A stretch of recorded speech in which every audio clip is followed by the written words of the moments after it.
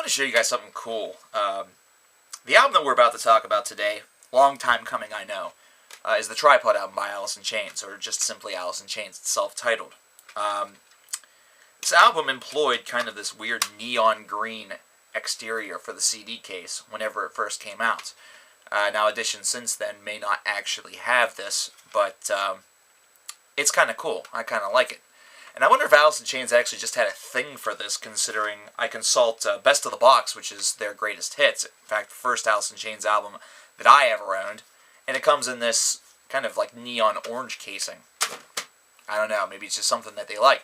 Now, you might wonder why this is called the Tripod album. And it's called the Tripod album based around the cover itself, based around the fact that the dog on the cover, which you don't see here, considering it's in my CD booklets, my CD, the big ones, with the rest of the discography, there's a three-legged dog on there, so that's why it's called the Tripod album. It sounds pretty simple, mainly because it kind of is. However, whenever it comes to Alice in Chains itself, this is the third of their 3 studio albums, the original 3 studio albums, excluding the 2 new ones with William Duvall at vocal helm. And I also consider it to be a bit of a metaphor for the band, considering at times they operate just like a 3-legged table or a 3-legged dog, where it's very difficult to walk, while at the same time they do showcase their steadiness whenever it actually comes to the material itself. This album would remind me a little bit more of the one leg that doesn't have a mate to its left or right. The one that's actually trying to handle all of the duty by itself, considering comparatively to Dirt and to Facelift, this is the album that for me is the most different, and certainly is whenever you examine the music within. Whenever you consider Facelift and whenever you consider Dirt, these are 2 albums that have a very distinct flavor to them. They're ones that do have a certain element of depression that's laced within them. On Facelift, you had songs such as Love, Hate, Love, and Confusion that really exhibited that quite well, and also tracks such as Bleed the Freak. Dirt was just one large exhibition of that whole idea. However, the main difference being perhaps the consideration of a metal side, or just a really, really heavy alternative or heavy hard rock distinction to them. With this album right here, there's a little bit more in the way of exploration. There's a little bit more in the way of free-forming. This is an album that definitely took shape over the course of a time period where the band was certainly starting to examine their sound a little bit further, and perhaps distancing themselves a little bit further from what was being considered as the grunge contemporary. This was a band in Alice in Chains that never felt grunge, but at the same time they're labeled within that same movement, considering they came from the same area. That's the only thing that you really need to keep in mind whenever it comes to Alice, considering this band always showcased themselves to be kind of just on the fringe line, whereas bands such as Pearl Jam and Soundgarden, Nirvana, and Mother Love Bone really showcased the sound that was, given to us beforehand in the late 80s by bands such as Green River a little bit better. Now, this album right here starts off with a very curious song called Grind, where you see and hear Layne employing a little bit more of a strange and kind of disconnected vocal style throughout the verses, and then the chorus kind of brings everything together a little bit better. And it's got this very heavy feel to it, which kind of makes you think that you're initially getting into an album that's very similar to the 2 previous ones. It doesn't have the same ease of remembrance of the 2 opening tracks off the 2 previous studio albums. However, it's still a fairly decent song. It was good enough actually to make it to the Best of the Box collection. The songs that people remember are songs such as Heaven Beside You, which you hear on the radio, which many people actually think is a Nirvana track, considering they do bear some similarities. The only difference that you're going to note on this track, besides compositional, differences, tonal qualities, is mainly the vocals. The vocals definitely feel like it's the closest thing that they're going to get to actually fitting in with that whole grunge subtexture. That's why I even bring it up to begin with.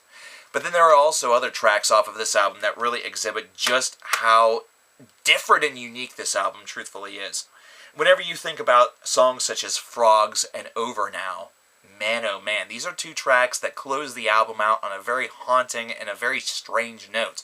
Frogs especially, considering it almost seems as though within this track, Layne is speaking to the fact that he knows that his time on this earth is not meant to be one that includes old age, pensions, retirement, etc.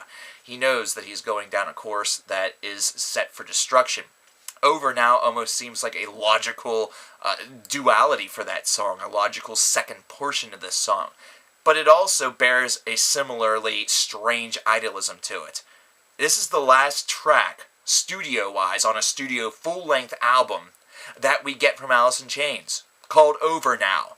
Almost as though they knew, as a band, that their volatility, the strife, and all the problems that they had, including problems with Layne being as erratic as he was being at this stage of the game, really meant that their album discography was only going to reach this moment, and that was going to be about it.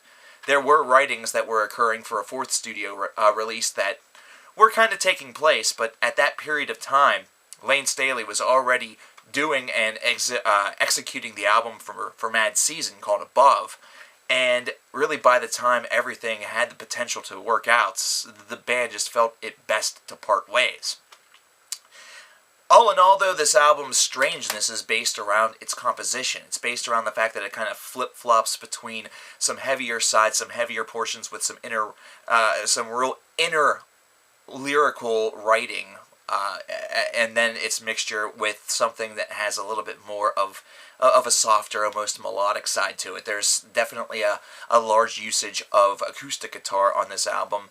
Perhaps not as much as perhaps for some others that which you would consider, but definitely more so than what you had seen on the previous two studio releases by Alice in Chains. This is one that certainly showcased a little bit more of a freeform movement with some even jazzier ideas coming out in songs such as Frogs, which just really is a song that you can't ignore. You can't ignore this track simply based around the fact that it's just so creatively out there. It's got such a strange kind of makeup to it.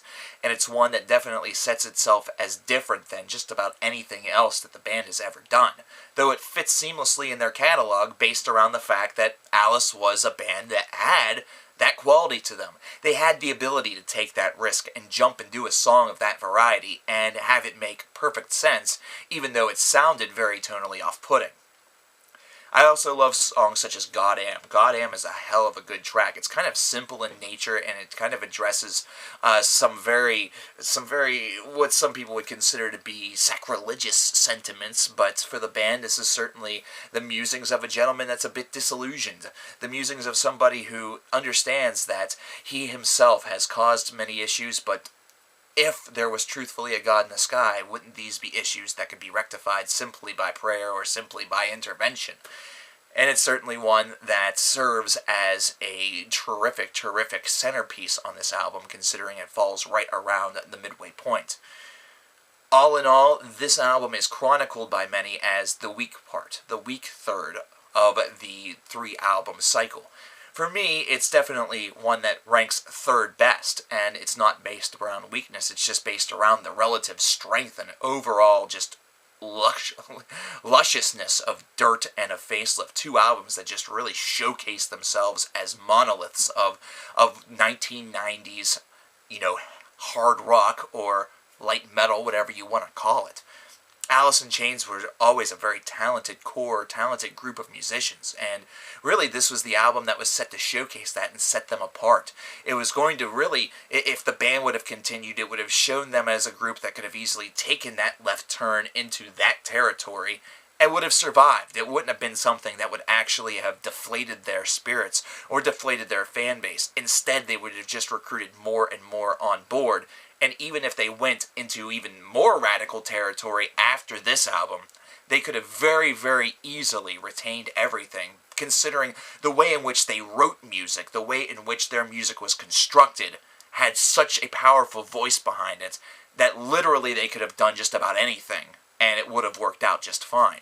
Whenever you consider the EPs that they've done, whenever you consider Jar of Flies, and whenever you consider Sap, these are two EPs that definitely showcased some extreme elements, some extreme sides of Alice in Chains. Whenever you consider the acoustic, the hauntingness, the very melancholy, the morose that you get on some of these very soft acoustic songs. and then you hear an album such as the Tripod album, it just makes sense. Unfortunately, though, this is as far as the Alice in Chains discography went for a very, very long time, and I'm talking studio, of course. There were some songs that were done here and there, best exhibited actually on Best of the Box, with songs such as Get Born Again, which was previously unreleased. You could kind of tell where things were going, but we didn't hear anything new from this band in a full-length capacity for, well, roughly about 15 years after this. It wasn't until Black Gives Way to Blue came out in the latter portion of the 2000s that we heard the voice of Alice in Chains once again, though it was not the actual voice. Unfortunately, Layne Staley passed away in the early 2000s, and the band was essentially dead from that point on until Jerry offered to kind of resurface the band a little bit and actually move forward with it. He himself had embarked on a solo career that was doing fairly well. However, this was something that was very important, something that needed to be done. And the man that he recruited to take the place of Layne Staley was a man named William Duvall. Many people have been highly critical of these two albums, of Black Gives Way to Blue and of The Devil Put Dinosaurs Here, based around the fact that you cannot replace Layne Staley. While this is absolutely true, but it can be true of just about anybody.